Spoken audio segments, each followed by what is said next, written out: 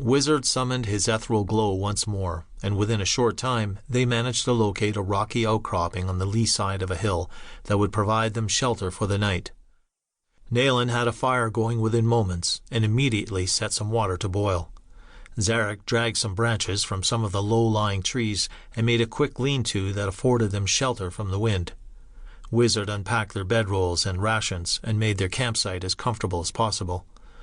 No sooner than he had, a great peal of thunder tore over the mountain and set the rain to falling. Their makeshift shelter proved worthy. Within moments, there was a small waterfall running in front of them from over the outcrop. The watery curtain hit the low side of the hill they were on and continued down the slope. They ate a light meal of Zarek's private store, to much grumbling from Nayland and his stomach. That did not last overly long, as he quickly curled up and started to snore. Wizard and Zarek sat quietly, sipping tea. The glow of the fire reflected off the slight waterfall, casting orange light and dancing shadows across the smooth stoned wall of their camp. Wizard thought about the day to come, and of what they might find once they reached Castle Mountain. The danger was great, not only to him, but to his friends as well. There was a high chance of him not surviving the upcoming ordeal. And so too might Zarek and Nayland lose their lives because of his driven need to see things to an end. He did not want any harm to come to them. Zarek must have read the look in his eye for what came next. "We are here now of our own choice, Wizard. Whatever happens tomorrow will be by our choice. We have chosen to stand by your side in this, and we have chosen on behalf of our people to do what is right, what we believe in. All life should be respected. We, the elves, the Vela, and the dwarves hold firm belief in such things.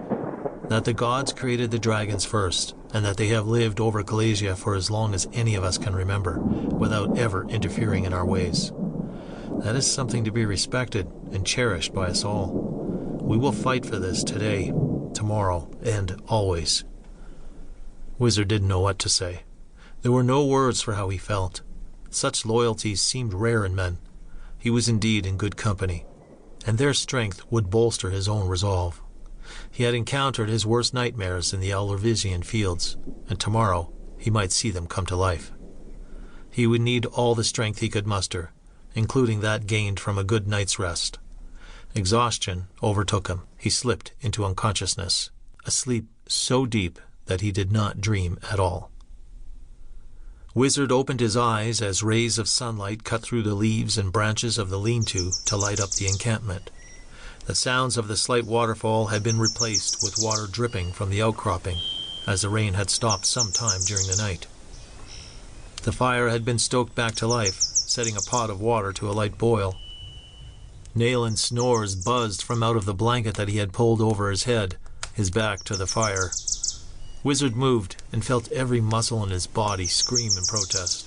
He couldn't help but grunt in pain as he stood up. Fire flowed through his veins. The events of the day before had definitely taken a toll on his body. "A little sore, are you?" Zarek asked as he stepped through the makeshift entry to their camp, carrying a satchel full of nuts and berries, as well as 2 conies. To the latter, he answered Wizard's quizzical look.